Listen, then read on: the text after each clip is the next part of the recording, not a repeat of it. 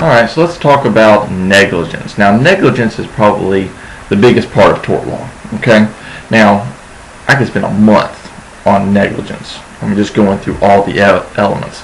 But basically, when we talk about the elements of negligence, you're looking at duty, breach of duty, causation, and damages. As always, you got to have all four to have the tort of negligence. So, what is it? Now, it occurs when someone suffers injury because of another's failure to live up to required duty of care. Okay? So you got He-Man and Buzz-Off, again, and He-Man's riding along in his automobile, clearly on battle cap. Buzz-Off, riding his motorcycle, rear ends Battle Cat and He-Man. Okay? Was Buzz-Off acting negligently? Well, let's think about it. Duty of care. Okay, and breach. People are free to act as they please so long as their actions will not infringe upon the interests of others. Now, reasonable person standard. What's a reasonable person? Are you reasonable? Am I reasonable? I don't know, but it's an objective test. Now, how would you define a reasonable person in the situation with He-Man riding in his car and Buzz-Off riding on his motorcycle? Buzz-Off should what? Keep a reasonable distance behind He-Man so that they don't hit one another. Should he speed up? Should he slow down? If He-Man, taps his brakes, should Buzz-Off slow down? It all depends. It's a reasonable person standard. Now, it's an objective test. It's not what Buzz-Off thinks. It's not what He-Man thinks. It's what a reasonable person thinks. Okay? So, you have to act reasonable. Okay? So that's what we're talking about. Now, what about landowners? Duty to warn business invitees of risk. Now, a business invitee is a person who comes onto your property to, conduct business. So you go into a supermarket, you're a business invitee. Okay? Oh, you're going there just to use the bathroom. No. You're coming on the premises to use the premises for something. Okay? You come to my office, for a free consult. Are you a business invitee? Yes. All right. You come to my house to say hello. Probably not a business invitee. Okay. Now, a business has a duty to warn patrons or anyone else that comes on about dangers which they know or should have known. Okay. So, if Leonardo, comes into my supermarket, I need to put out a sign that says, hey, watch out, there's something slippery over here, okay? I also have a duty to warn him of something that I should have known about. This is where you get into slip and fall cases. A banana peel was on the floor. Well, should I have known or should have known? Let's say Leonardo walks by the bananas and with his arm hits the banana peel and it falls down, and then he immediately slips. Well, should I have known that?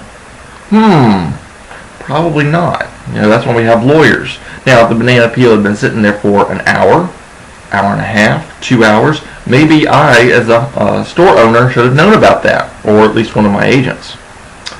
Obvious risks. Now, obvious risks are a little bit different. You don't have to be warned. And the example, you don't have to tell a business invitee to open the door, okay?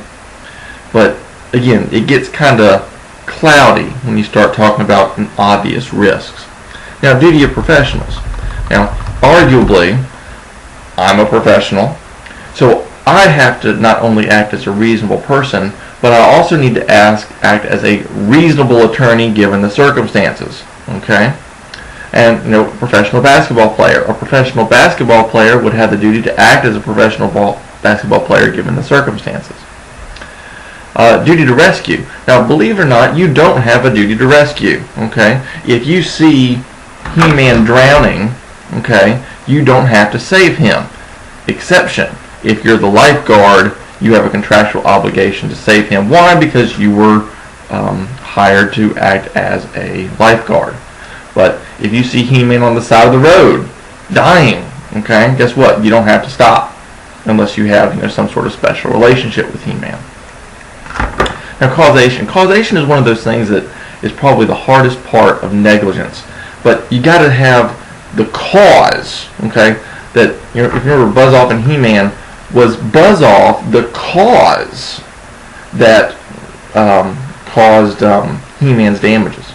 Now, the person's act must have caused harm for it to constitute the tort of negligence. Now, you got cause in fact and proximate cause. Now, cause in fact is the but-for test. But for the wrongful act, the injury would not have occurred. But for Buzz-Off following too closely, He-Man would not have been injured as a result of this car accident. Okay? Now, proximate cause is a little different. It exists when the connection between the act and an injury is strong enough to justify imposing liability. Now, that goes to foreseeability. So, is it foreseeable that if Buzz-Off follows He-Man too closely, hits his car in the back, that He-Man would get hurt? Well, sure. Now, let's just say, hypothetically speaking, that you are firing your gun. Okay? You're out in your backyard, you have a lot of land, you fire your weapon, and that makes a loud noise. Well, that loud noise causes a dog to bark. That dog's bark scares a chicken. The chicken runs around the yard and breaks a fence. The snake comes in through the fence as a result of the fence breaking. Little kid sees snake, picks up snakes, get bit. Should you, for firing your gun, be liable to that little kid for getting bit by a snake? No, that's not foreseeable. It wasn't the proximate cause. Okay? Now, injury requirement. You gotta have damages. Alright? So if Buzz-Off rear ends He-Man, and He-Man being the most powerful man in the universe, doesn't have any injuries, is there anything here to sue over? Probably not. What if he wrecks his car? Okay? Well, that's personal property. Then yes, you probably do have some damages here. But you gotta have damages.